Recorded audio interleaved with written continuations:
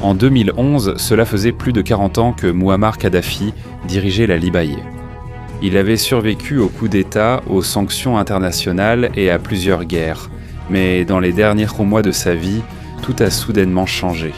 Le chaos a éclaté dans toute la Libye. Les villes sont devenues des zones de guerre. Dans cette vidéo, je vais vous raconter toute la vie de Kadhafi jusqu'à sa mort. Mouammar Mohammad Abou Minyar al-Kadhafi est né en 1942 dans un camp du désert près de la ville de Sirte, en Libye. Il venait d'une famille bédouine pauvre, un peuple nomade du désert.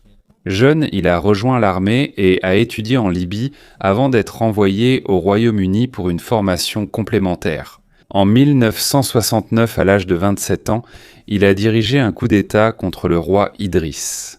Ce fut une révolte intense et, lorsque le roi est tombé, il a pris le contrôle total du pays. Depuis lors, il a exercé un pouvoir strict. Il a aboli la monarchie, fermé les bases militaires américaines et britanniques et nationalisé l'industrie pétrolière. Il a créé son propre système politique qu'il a appelé Jamahiriya, censé donner le pouvoir au peuple. Mais en réalité, tout le contrôle lui revenait toujours. Dans les années 70 et 80, Kadhafi était connu dans le monde entier comme un dirigeant aux idées extrêmes et ayant des liens avec des groupes armés combattant dans différents pays. Il a été impliqué dans des attaques terroristes, y compris l'attentat à la bombe de 1988 contre le vol Pan Am 103 à Lockerbie, en Écosse, qui a coûté la vie à 270 personnes.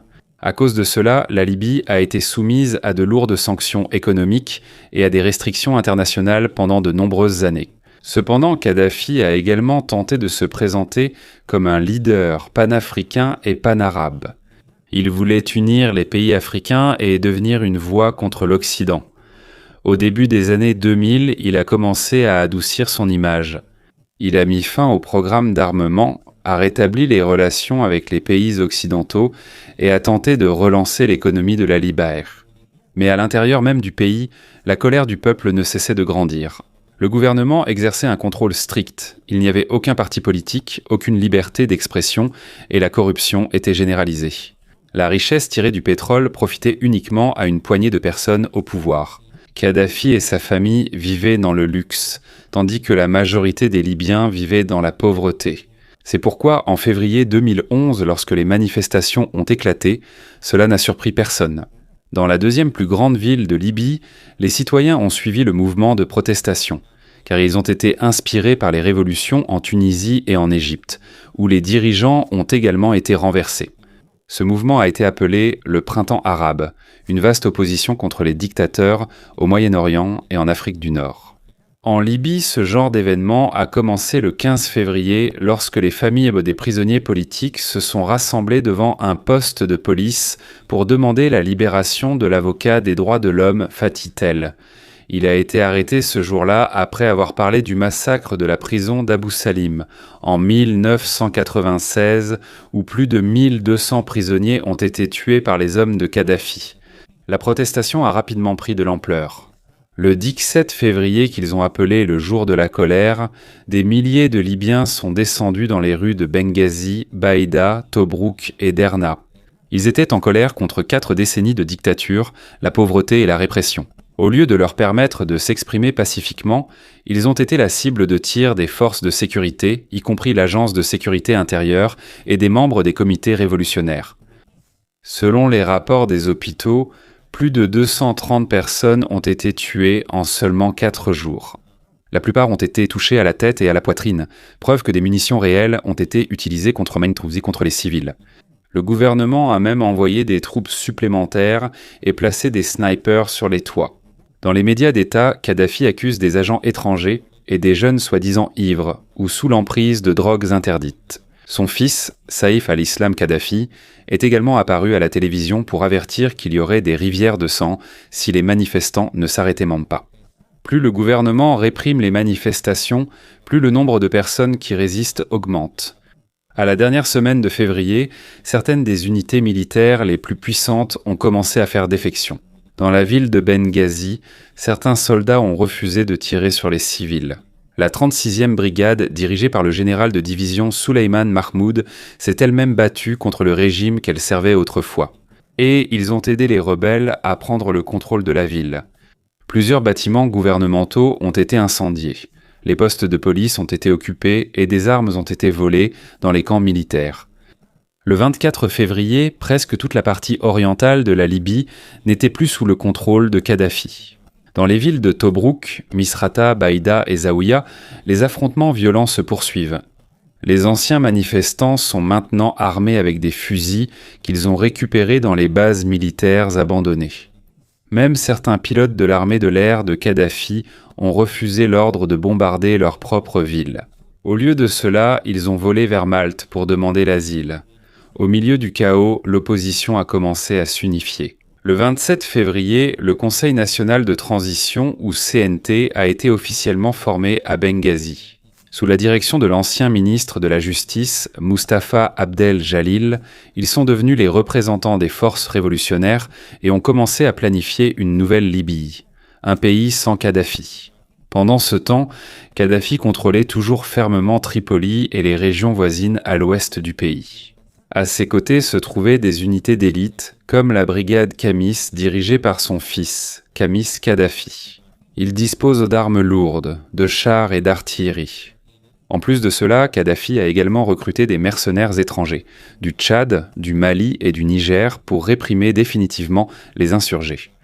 À la première semaine de mars 2011, la situation était déjà devenue critique. L'armée de Kadhafi a utilisé toutes les armes lourdes, les chars, les canons et même des frappes aériennes pour reprendre les villes contrôlées par les rebelles. Les civils ont été bombardés, surtout dans les villes de Benghazi et d'Ajdabia à l'est. Des images effrayantes de maisons et de bâtiments détruits par les bombardements sont apparues dans les actualités internationales. Et peu à peu, la peur s'est répandue que si Kadhafi atteignait Benghazi, un grand massacre aurait lieu. Le 12 mars, la Ligue arabe a tenu une réunion d'urgence. Elle a lancé un appel pour une zone d'exclusion aérienne. Une mesure qui a apporté un soutien officiel des pays arabes aux rebelles. En même temps, la France et le Royaume-Uni ont mené l'appel à l'action des Nations Unies. Et le 17 mars 2011, le Conseil de sécurité des Nations Unies a adopté la résolution 1973. 10 pays ont voté en faveur, tandis que 5 pays se sont abstenus. Alors que 5 se sont abstenus, dont la Russie et la Chine. L'utilisation de toutes les mesures nécessaires a été autorisée afin de protéger les civils, y compris la mise en place d'une zone d'exclusion aérienne et l'interdiction de tous les vols en Libye pouvant être utilisés à des fins militaires.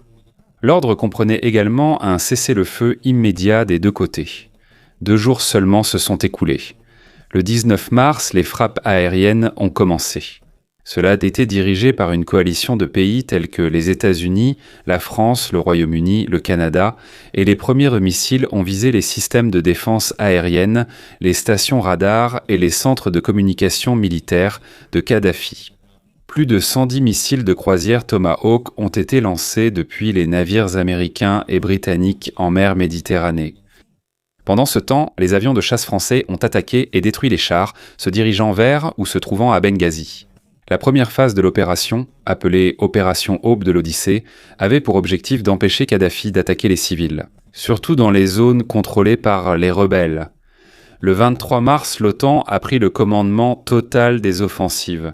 Sous la nouvelle mission appelée Opération Protecteur Unifié, 28 membres de l'OTAN ainsi que quelques partenaires non membres de l'OTAN comme le Qatar, les Émirats arabes unis et la Jordanie y ont participé. Les frappes aériennes ont rapidement porté leurs fruits. En seulement quelques jours, une grande partie des forces armées de Kadhafi a été presque détruite. L'OTAN a ciblé les chasseurs MiG-23, les bombardiers Sukhoi et même les bases aériennes. Ensuite, ils ont également détruit les lance-roquettes longue portée, les convois de ravitaillement et les centres de commandement utilisés par le régime. Durant les 2 premières semaines de l'opération, des dizaines de chars et de véhicules blindés ont été rayés de la carte. Surtout autour de Misrata et de Zintan, où les combats étaient particulièrement intenses. En mer, un embargo sur les armes a été strictement appliqué pour empêcher l'acheminement d'armes vers les troupes de Kadhafi. Les navires de guerre de la coalition patrouillent le long des côtes libyennes et interceptent chaque navire soupçonné de transporter du matériel militaire. Mais même si son armée était presque anéantie, Kadhafi est resté combatif.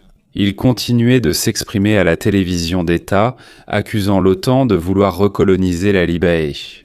Il a traité les rebelles de rats et a menacé de nettoyer le pays, rue par rue. Selon lui, les pays étrangers veulent seulement voler le pétrole de la Libye et s'immiscer dans leurs affaires internes. Ces soldats ont essayé d'abattre les avions de l'OTAN avec des missiles solaires fabriqués en Russie.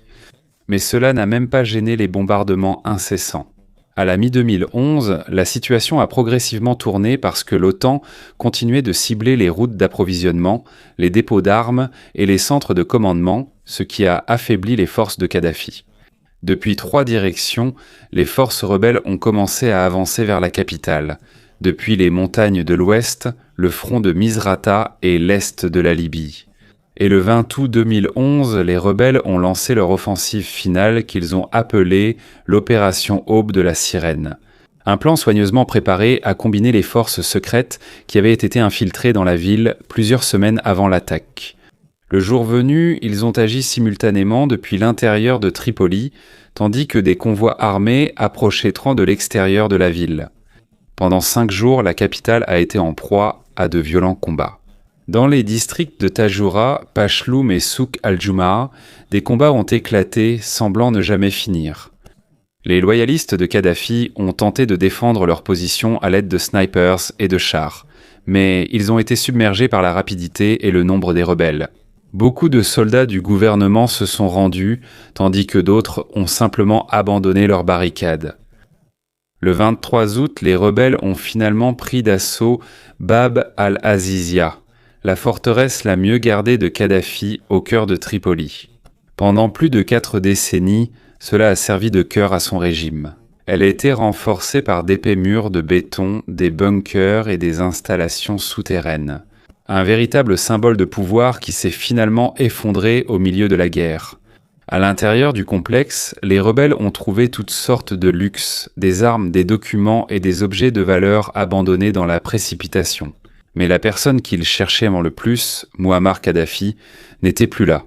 Alors que Tripoli tombait, il s'était déjà échappé. Selon les rapports des services de renseignement, il a quitté la capitale avant que la dernière bataille n'éclate complètement, probablement le 19 ou le 20 août. Il se déplaçait en secret, changeant de cachette sûre avec l'aide des tribus qui lui étaient restées fidèles. En même temps, sa famille s'est également enfuie. Le 29 août, son épouse Safia Farkash, sa fille Aïcha et ses fils Hannibal et Mohamed ont réussi à traverser vers l'Algérie. Là-bas, ils ont reçu un abri temporaire. Un autre de ses fils, Saadi Kadhafi, s'est enfui au Niger, où il a finalement été arrêté par les autorités. Mais Kadhafi lui-même a refusé de quitter la Libye. Pour lui, quitter le pays signifiait une défaite totale. Il a donc choisi de se cacher dans des zones encore contrôlées par les tribus qui lui étaient point infidèles, notamment autour de sa ville natale de Sirte. Sirte se trouve sur la côte de la mer Méditerranée, à environ 450 km de Tripoli et à près de 570 km sur. Kadhafi avait un lien profond avec cette ville. Ce n'était pas seulement sa ville natale. C'est ici qu'il a réalisé certains de ses projets les plus ambitieux. Des routes larges, des bâtiments modernes et des agences gouvernementales. C'est aussi ici que se sont tenues les réunions de l'Union africaine. Et il a encore exprimé son rêve de transformer le continent en États-Unis d'Afrique, avec Sirte comme capitale. Au début de la première semaine de septembre 2011, il est arrivé à Sirte avec quelques soldats fidèles restants, des membres de son personnel et de sa tribu, les Kadadfa. 2 de ses fils, Mutassim, un commandant militaire, et Seif al-Islam, qu'il considérait comme son héritier politique, seraient également cachés autour de la ville. Depuis la chute de Tripoli, Sirte était le seul bastion restant de son pouvoir. Les communications sont coupées, les provisions sont presque épuisées, mais il refuse toujours de se rendre. Il ne veut pas quitter le pays qu'il a lui-même façonné pendant plus de 4 décennies. À la 2e semaine de septembre, les forces du Conseil national de transition ont commencé l'assaut sur Sirte. À ce stade, de nombreux pays reconnaissaient déjà le CNT comme le gouvernement officiel de la Libye. Des milliers de combattants de différentes brigades ont été envoyés pour prendre la ville. Les unités de Misrata, Benghazi et Zintan ont avancé simultanément de l'Est et de l'Ouest avec un objectif commun: capturer Kadhafi et mettre fin à la guerre. Les rebelles s'attendaient à une bataille rapide, mais la défense des loyalistes a été féroce. Les tireurs d'élite et les unités d'artillerie se sont cachés dans des bâtiments, des maisons, des écoles et même des hôpitaux. Les routes étaient piégées avec des mines terrestres et des engins explosifs improvisés. Depuis la mi-septembre, le CNT a bombardé la ville sans relâche. Chaque jour, des roquettes Grad, des mortiers et des chars bombardaient les bâtiments. En même temps, les avions de l'OTAN continuaient eux de bombarder des cibles comme les bunkers et les centres de commandement. Les civils ont essayé de s'échapper, mais beaucoup sont restés piégés à l'intérieur de Sirte alors que l'infrastructure de la ville s'effondrait peu à peu. Alors que la situation empirait, Kadhafi et son groupe continuèrent de se cacher dans des maisons abandonnées et des passages souterrains. Ils n'avaient plus de structure de commandement claire et le moral de ces hommes était également très bas. Mais il continuait tout de même à donner des ordres, à se battre jusqu'au bout. Son fils Mutassim supervisait la défense de la ville et dirigeait la dernière tentative pour repousser les rebelles qui entraient. À la dernière semaine de septembre, Sirte était complètement encerclée. Le CNT contrôlait déjà les parties extérieures et avançait progressivement vers le centre de la ville, bloc par bloc, maison par maison, rue par rue. Chaque mètre était payé par le sang. Des milliers de combattants sont morts des deux côtés. Dans les airs, les avions espions de l'OTAN ne cessaient de survoler la zone.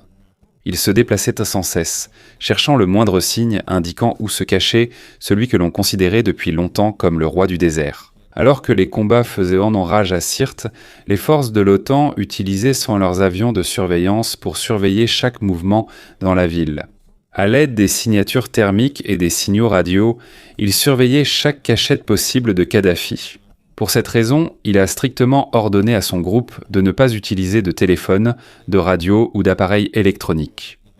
Les rares téléphones satellites qu'il possédait étaient à peine allumés, et souvent, ils comptèrent simplement sur des messagers. Des agents couraient à travers la ville pour livrer des messages dans différentes cachettes. L'électricité et l'eau étaient également coupées. Le groupe survivait grâce à des conserves, des aliments secs et tout ce qu'il pouvait récupérer dans les magasins détruits ou auprès de civils restés fidèles à Kadhafi. Il n'y avait presque plus de médicaments non plus. Les soldats blessés étaient soignés avec des moyens rudimentaires et les antibiotiques manquaient cruellement. Peu à peu, beaucoup d'entre eux sont tombés malades à cause de la faim, de la soif et des conditions insalubres. À cette époque, on estime qu'il ne restait qu'environ 200 combattants qui lui étaient encore fidèles. La plupart d'entre eux étaient des compatriotes issus de sa propre tribu et des villes voisines.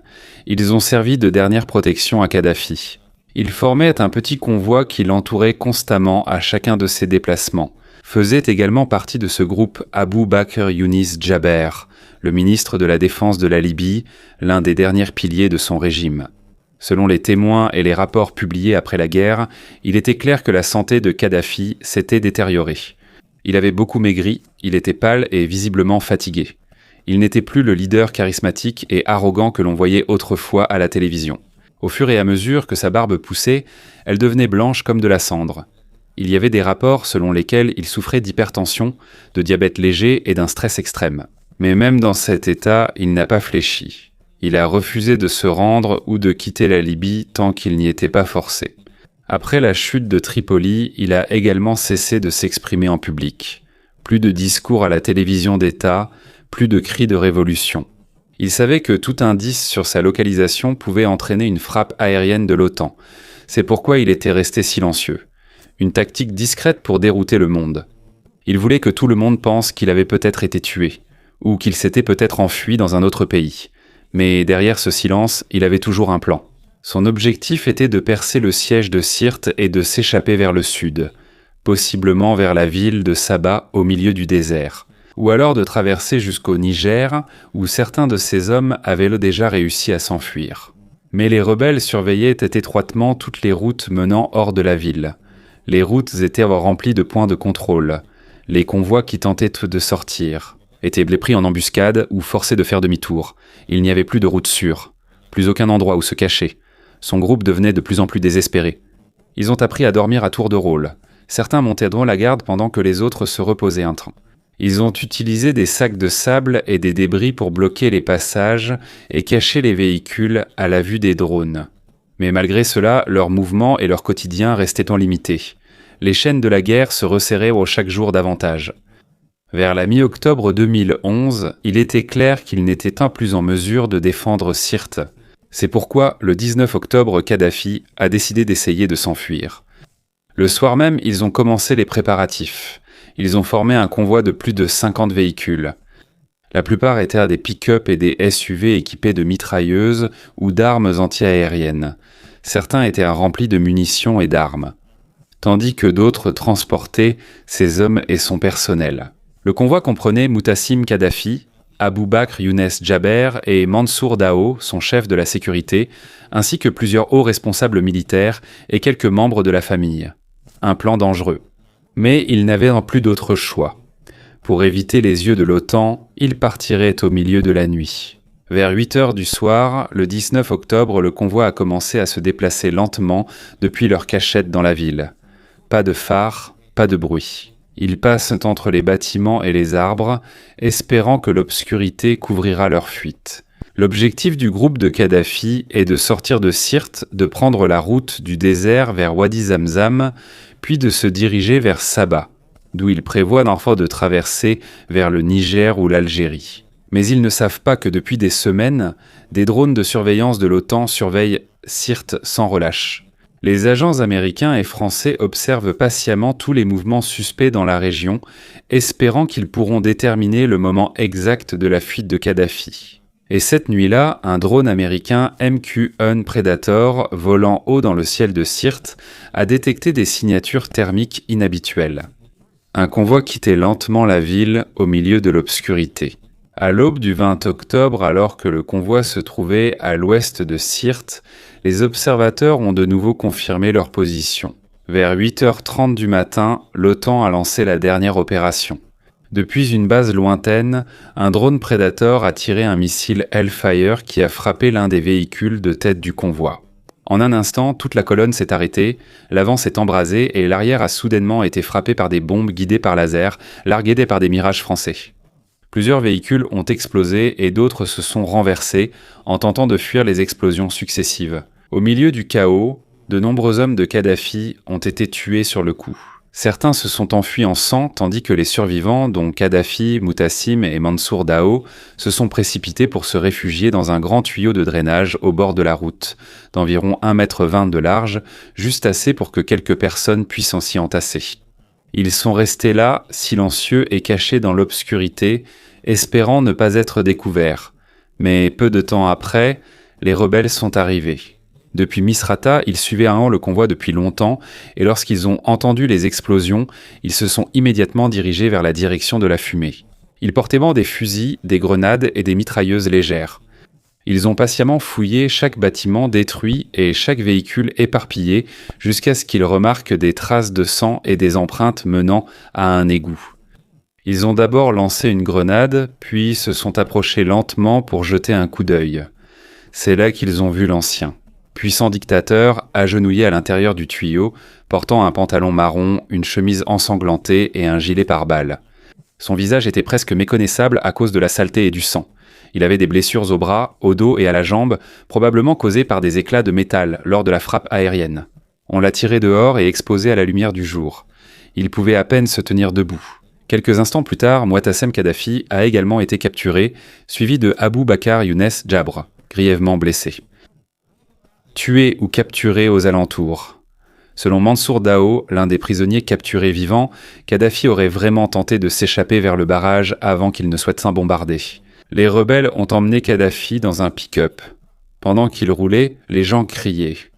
Il a été bousculé, tiré par les cheveux, frappé, roué de coups de pied et frappé avec des armes à feu et des bâtons. Certains criaient des mots de colère, des plaintes venant du peuple contre la dictature, la torture et l'attente. Le régime se battait contre son propre peuple.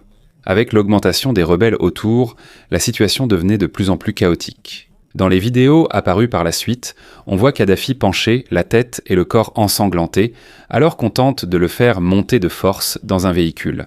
À plusieurs reprises, il essaie de se relever, mais on le fait retomber à chaque fois. La colère de la foule est incontrôlable. Jusqu'à présent, le moment exact de sa mort reste incertain. Selon les rapports médicaux, il a été touché par une balle à la tête et à la poitrine. Certains disent que cela s'est produit accidentellement au milieu du chaos. Mais beaucoup pensent aussi que quelqu'un lui a vraiment tiré dessus intentionnellement. Il n'y a eu ni procès, ni sanction officielle. Une fin soudaine à 14 décennies de règne. Lorsque le camion est arrivé au poste de contrôle du Conseil national de transition, Mouammar Kadhafi était déjà mort. Le corps couvert de sang, les vêtements déchirés et presque méconnaissables.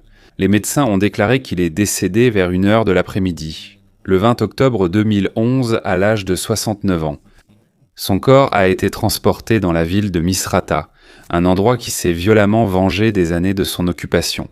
Pendant 3 jours, son corps a été placé dans une chambre froide à viande au marché où des milliers de personnes ont fait la queue pour le voir, l'ancien roi de la Libye, désormais réduit à un simple cadavre. Pour certains, c'était les Sétats, c'était la justice. C'était une autre forme de vengeance.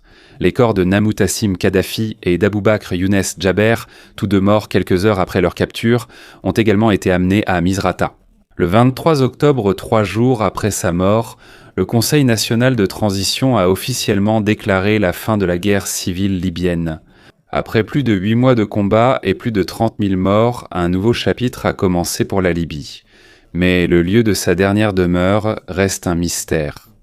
Dans la nuit du 25 octobre 2011, Kadhafi a été enterré dans un lieu secret dans le désert de l'ouest de la Libye. Jusqu'à présent, personne ne sait exactement où son corps est enterré. Et c'est ainsi que s'est terminée la vie de Mouammar Kadhafi, un homme qui a dirigé d'une main de fer et est mort aux mains des gens qu'il avait autrefois gouvernés. Une fin sanglante pour un règne sanglant.